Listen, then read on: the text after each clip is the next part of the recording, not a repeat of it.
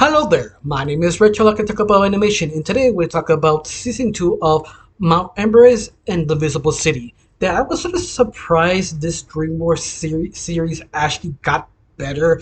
It sort of blew my mind how much little things just improve. A little bit of the writing, some drama, and actually some development of the characters because they just made one simple choice of season 1 that revealed all the magical creatures does exist. Now Eve had to deal with that and figure out and explain all this to all the people. And also now figure out how all magical creatures fit a certain place now. And that simple little tweak make the series improve because season one was a little draggy. I mean, it was interesting, fun to see this sort of Chinese magical creatures and what they do and what Eve had to do to remove these creatures in certain places to keep them safe and living onwards. Now she has to deal with all the other people who want to use these magical creatures and the reasons why, how she'd adapt them into.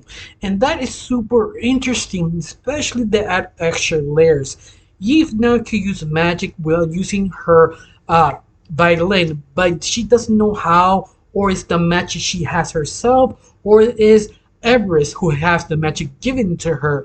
And that sort of experimentation, understanding her magical abilities, and that makes this series so much more interesting because she's now sort of figuring out how to use it. In fact, she can use it at face-to-face sort of combat, and that sort of approach of RPG platform sort of animation that I was sort of surprised how you use her magic. She used a little bit of Everest, used a little bit of the magic fish. She used a little bit of the visible.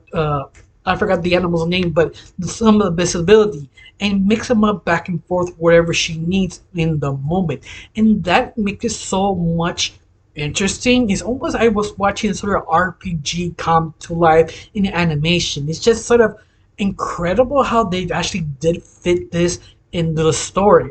Especially you have Eve's grandmother. Now she actually helping out, but even more interesting, someone else is sort of doing stuff behind the scenes, using Eve's grandmother to help Eve to accomplish her goals. But on top of this, you have other people who want to stop her and use these creatures because now that people know these creatures do exist, people think they're actually too dangerous to keep alive to actually murder them or actually use them as their own entertainment or business practice. But once again, that's what makes it so more interesting because it's falling into that sort of the Toro sort of way of thinking that what is the bigger monster? Is the monster themselves or people?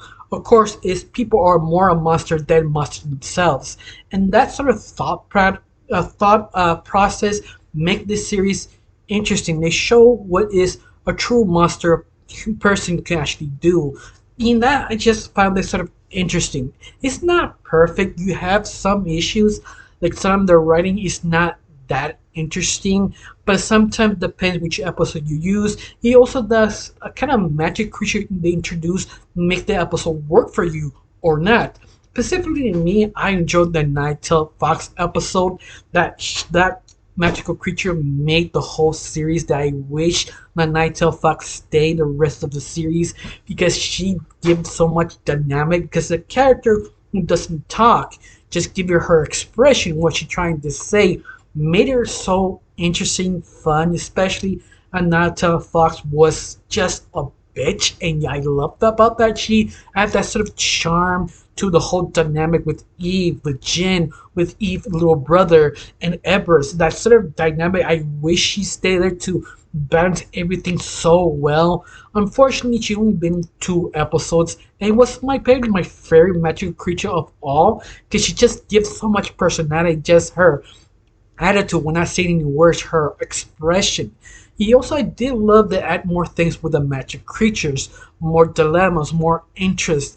In fact, I think this just improves so much, but at the same time you have problems with some major villains in the series. Like one of the major villains you kind of revealed who it was sort of kind of one noted. In that sort of stop praising the series because you don't have a great villain or at least someone to grasp you more ruins it a little bit. But sometimes this show works also without having a main villain, because every time they show another person trying to abuse these magical creatures does keep it interesting, but sort of depends. But you still have that sort of other person who playing behind the scenes, keep the show more entertaining, more interest, like the watchers.